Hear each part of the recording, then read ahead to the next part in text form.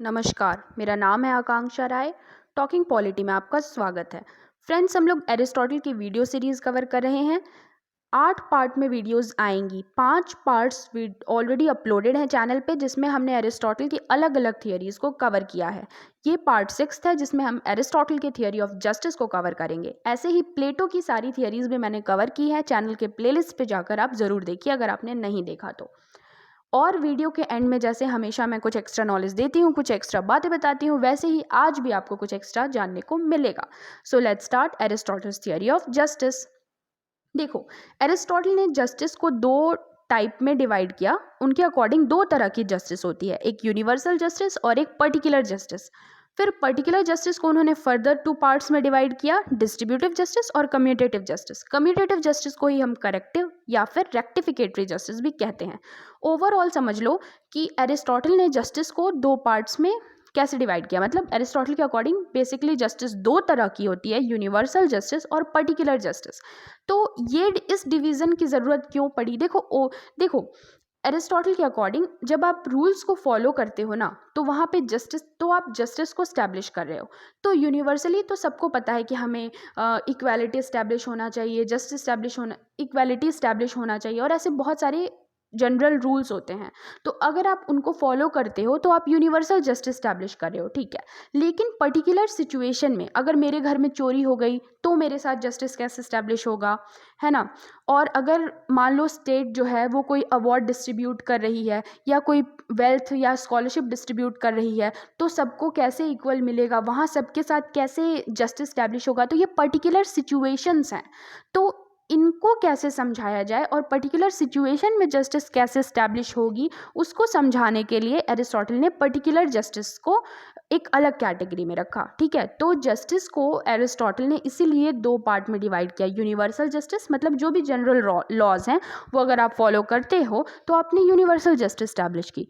फिर अगर किसी पर्टिकुलर सिचुएशन में क्या करना चाहिए कि जस्टिस स्टैब्लिश हो, वो सारा एक्सप्लेनेशन उन्होंने पर्टिकुलर जस्टिस में दिया है, ठीक है। तो आइए हम एक एक करके समझते हैं यूनिवर्सल जस्टिस को, फिर पर्टिकुलर जस्टिस को, और फिर पर्टिकुलर जस्टिस के टाइप्स को। देखो, एरिस्टोटल के अकॉर्डिंग यूनिवर्सल जस्टिस क्या है। अगर आप कोई भी काम करते हो और वो लॉ यानी कि कानून के हिसाब से है, कानून को फॉलो करता है, तो आप जो है जस्टिस स्टैब्लिश कर रहे हो, और ये जस्टिस यूनिवर्सल जस्टिस कहलाती है, ठीक है। तो basically universal justice refers to obedience of law. और वो लॉज क्या हैं? जो भी स्टेट में कॉमन जनरल रूल्स बने हुए हैं, लोगों को जो रूल्स रेगुलेट कर रहे हैं, कम्युनिटी को रेगुलेट कर रहे हैं, उन जनरल रूल्स को अगर आप फॉलो करते हो और वो फॉलो करते हुए आप कोई भी काम करते हो, तो आप यूनिवर्सल जस्टिस स्टैब्लिश कर रहे हो, ठीक है।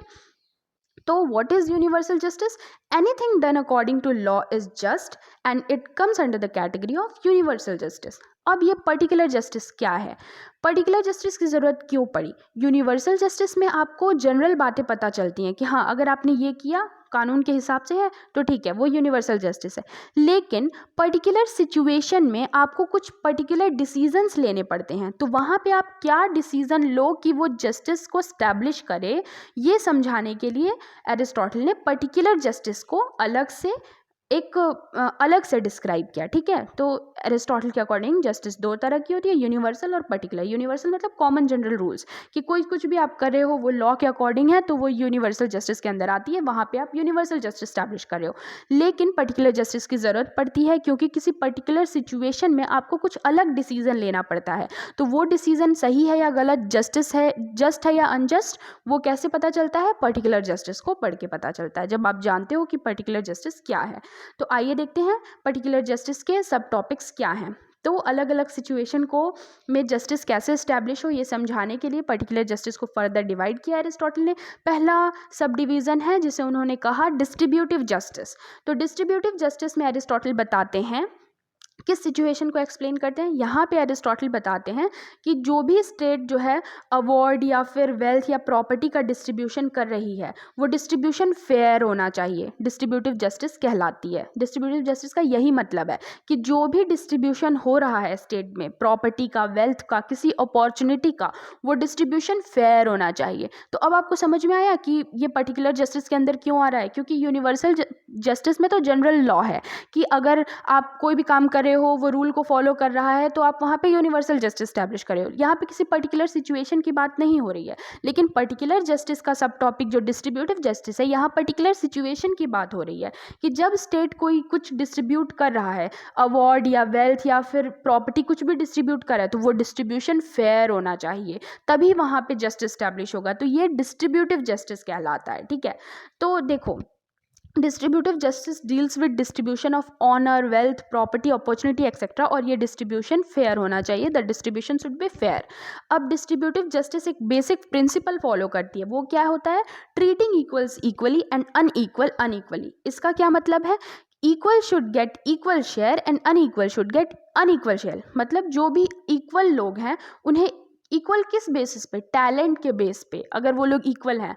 मतलब कि एग्जाम्पल एक लेते हैं कि अगर कोई स्टेट ने कोई स्कॉलरशिप निकाली है जो मेरिटोरियस स्टूडेंट्स को मिल रही है, लेकिन अगर आप वो स्कॉलरशिप स्टेट किसी फेलियर स्टूडेंट को दे देती है तो वहाँ पे जस्टिस का वायलेशन होगा।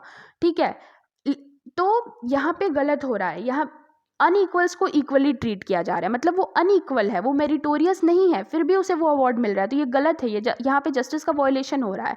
तो वो अवार्ड, वो स्कॉलरशिप सिर्फ उसी को मिलना चाहिए जो बच्चे मेरिटोरियस हैं। ठीक है, वो इक्वल हैं मेरिट के बेसिस पे, टैलेंट के बेसिस पे। ठीक है, तो एरिस्टोटल ने कहा कि जो इक्वल है उन्हें इक्वली ट्रीट किया जाना चाहिए और जो अनइक्वल है वो उन्हें अनइक्वली ट्रीट किया जाना चाहिए। ठीक है, तो आई गेस आपको ये बात समझ में आ गई होगी। समझ लो कि कोई साइंटिस्ट है, साइंटिस्ट को कोई अवार्ड मिलना है और कोई कॉमन मैन है, उसको अगर वो अवार्ड दे दिया जा रहा है, तो यहाँ पे अनइक्वल को यहाँ पे जस्टिस का वायलेशन हो रहा है। ठीक है, तो इस चीज़ को समझाने के लिए एरिस्टोटल ने कहा कि treat equal equally and unequal unequally. तो डिस्ट्रीब्यूटिव जस्टिस का यही मतलब है कि अवार्ड, प्रॉपर्टी, अपॉर्चुनिटी, इन सब का डिस्ट्रीब्यूशन जो स्टेट करे वो फेयर डिस्ट्रीब्यूशन होना चाहिए। और जो लोग इक्वल हैं, किस बेसिस पे? टैलेंट के बेसिस पे, उनके साथ इक्वल ट्रीटमेंट होना चाहिए, और जो अनइक्वल है टैलेंट के बेसिस पे, उनके साथ अनइक्वल ट्रीटमेंट होना चाहिए। ठीक है, अब ये पर्टिकुलर जस्टिस का दूसरा सब टॉपिक क्या है, सब डिवीज़न क्या है? कम्यूटेटिव या रेक्टिफिकेटरी या करेक्टिव जस्टिस। ठीक है, तो कम्यूटेटिव जस्टिस को रेक्टिफिकेटरी या फिर करेक्टिव जस्टिस भी कहते हैं। इसका क्या मतलब होता है? देखो, यहाँ पे ना बेसिकली करेक्ट किया जाता है, जो भी चीज़, जो गलत चीज़ हुई है उसको करेक्ट करके जस्टिस स्टैब्लिश की जाती है इसके अंदर। यानी कि अगर मान लो मैंने आपके घर में चोरी कर ली और मैंने कुछ सामान आपका चुरा लिया, तो यहाँ पे आपके साथ आपका जस्टिस का वायलेशन हुआ ना, आपके साथ गलत हुआ।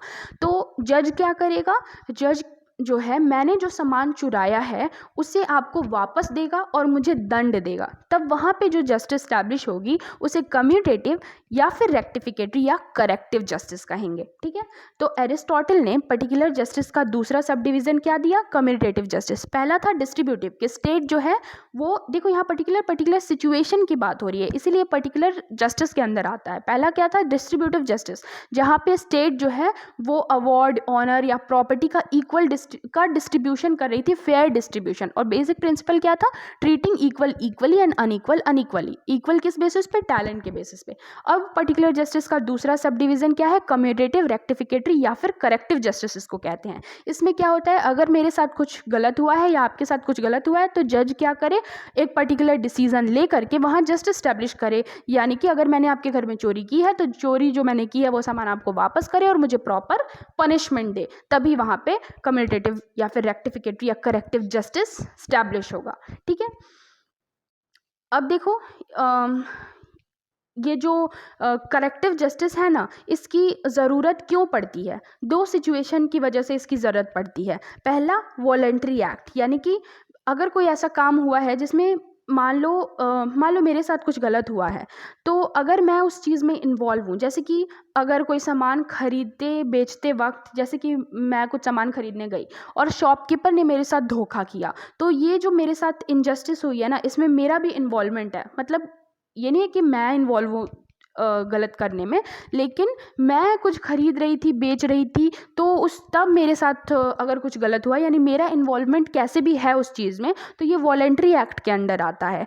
और अगर मेरे साथ मान लो चोरी हो गई, तो इसमें मुझे कुछ नहीं पता ना, मेरा इन्वॉल्वमेंट नहीं है। अगर मुझे किसी ने जहर दे दिया या मर्डर कर दिया किसी ने मेरा, तो यहाँ पे मेरा इन्वॉल्वमेंट नहीं है, तो ये इनवॉलेंट्री एक्ट के अंदर आता है कम्यूटेटिव जस्टिस में। ठीक है, तो हमने देख लिया कि एरिस्टोटल का थियरी ऑफ जस्टिस क्या है। तो हमने अभी तक क्या देखा, हमने देखा कि एरिस्टोटल की थियरी ऑफ जस्टिस के अकॉर्डिंग जस्टिस दो तरह की होती है, यूनिवर्सल जस्टिस और पर्टिकुलर जस्टिस। यूनिवर्सल जस्टिस की ज़रूरत की, यूनिवर्सल जस्टिस क्या कहती है कि अगर आप कोई भी काम करते हो और वो स्टेट के रूल के कानून के हिसाब से है, उस कानून को स्टेट के कानून को फॉलो करती है, तो आप जो कर रहे हो वो यूनिवर्सल जस्टिस के अंदर आता है। मतलब जो भी करो वो स्टेट के कानून के हिसाब से करो, तब आप यूनिवर्सल जस्टिस स्टैब्लिश करोगे। और पर्टिकुलर जस्टिस जो है वो पर्टिकुलर सिचुएशन को में कैसे जस्टिस स्टैब्लिश होगा उसको बताती है। यहाँ पे यूनिवर्सल जस्टिस काफ़ी नहीं है, आपको पर्टिकुलर सिचुएशन में समझना होगा कि क्या स्टेप उठाएं कि जस्टिस स्टैब्लिश हो, इसीलिए पर्टिकुलर जस्टिस के अंदर आता है। और पर्टिकुलर जस्टिस को दो सब पार्ट में एरिस्टोटल ने डिवाइड किया, डिस्ट्रीब्यूटिव जस्टिस और कम्यूटेटिव जस्टिस, जहाँ अलग अलग पर्टिकुलर सिचुएशन में कैसे जस्टिस स्टैब्लिश हो वो एरिस्टोटल ने बताया। डिस्ट्रीब्यूटिव जस्टिस में एरिस्टोटल ने बताया कि जो state division of labour, property, division of honour, property या अपॉर्चुनिटी कर रही है, वो डिवीज़न फेयर हो। मतलब डिस्ट्रीब्यूशन जो कर रही है स्टेट वेल्थ का, प्रॉपर्टी का या अपॉर्चुनिटी का, वो डिस्ट्रीब्यूशन फेयर होना चाहिए। और ये किस प्रिंसिपल को फॉलो करना चाहिए, ट्रीटिंग इक्वल इक्वली या नॉन इक्वल इक्वली। मतलब अनइक्वल अनइक्वली, यानी जो लोग टैलेंट के बेसिस पे इक्वल हैं, उन्हें उनके साथ उस तरह का ट्रीटमेंट, इक्वल ट्रीटमेंट होना चाहिए, और जो टैलेंट के बेसिस पे अनइक्वल है उनके साथ अनइक्वल ट्रीटमेंट होना चाहिए। तो ये डिस्ट्रीब्यूटिव जस्टिस है, fair distribution according to the principle treating equal equally and unequal unequally. और दूसरा पर्टिकुलर जस्टिस का सब टॉपिक क्या था, कम्यूटेटिव या रेक्टिफिकेटरी जस्टिस या करेक्टिव जस्टिस। यानी मेरे साथ अगर कुछ गलत हुआ है तो वहाँ पे जज क्या करेगा, मैंने जिसका सामान चुराया, जिसके साथ जो गलत किया है, वो उसे वापस करेगा उसका सामान और मुझे प्रॉपर पनिशमेंट देगा, तो मेरे साथ जो जस्टिस स्टैब्लिश होगी उसे कम्यूटेटिव जस्टिस कहेंगे। ठीक है, तो ये दो तरह का जस्टिस बेसिकली एरिस्टोटल ने बताया। पहला यूनिवर्सल और पर्टिकुलर। यूनिवर्सल हमने देख लिया, पर्टिकुलर भी देख लिया, और पर्टिकुलर में दो सिचुएशन को उन्होंने बताया, जिसकी वजह से उन्होंने दो और सब टॉपिक पर्टिकुलर जस्टिस के बनाए, डिस्ट्रीब्यूटिव जस्टिस और कम्यूटेटिव जस्टिस। तो आई होप कि आपको समझ में आ गया होगा। ये थोड़ा सा कॉम्प्लिकेटेड था, मुझे बहुत मुश्किल हुई समझाने में, पर आई गेस आपको समझ में आ गया होगा। तो अब समय आ जाता है एक्स्ट्रा नॉलेज का। तो आज मैं आपको क्या एक्स्ट्रा बताऊंगी। तो देखो, एरिस्टोटल के फादर का नाम था निकोमैकस और उनके बेटे का भी नाम था निकोमैकस। तो उसी पे बेस्ड उन्होंने किताब लिखी, निकोमैकियन एथिक्स, जो आई गेस 10 पार्ट में है। अब जो एरिस्टोटल ने थियरी ऑफ जस्टिस दी ना, उसका प्रिंसिपल सोर्स जो है वो निकोमैकियन एथिक्स ही है। निकोमैकियन एथिक्स का 5th पार्ट। ठीक है, तो क्या बताया मैंने आपको कि एरिस्टोटल के पिता का नाम भी निकोमैकस था और उनके बेटे का नाम भी निकोमैकस था, और इसी अपने पिता और अपने बेटे के नाम पे ही उन्होंने एक किताब लिखी, निकोमैकियन एथिक्स। और निकोमैकियन एथिक्स के 5वें भाग में उन्होंने थियरी ऑफ जस्टिस का प्रिंसिपल दिया। ठीक है, तो निकोमैकियन एथिक्स का 5th पार्ट ही एरिस्टोटल के थियरी ऑफ जस्टिस का प्रिंसिपल सोर्स है। तो ये था extra knowledge. Thank you so much for watching. Please like, share and subscribe if you like the video. और नेक्स्ट पार्ट में मैं कवर करूँगी एरिस्टोटल के थियरी ऑफ रेवोल्यूशन को। So stay tuned. Good bye.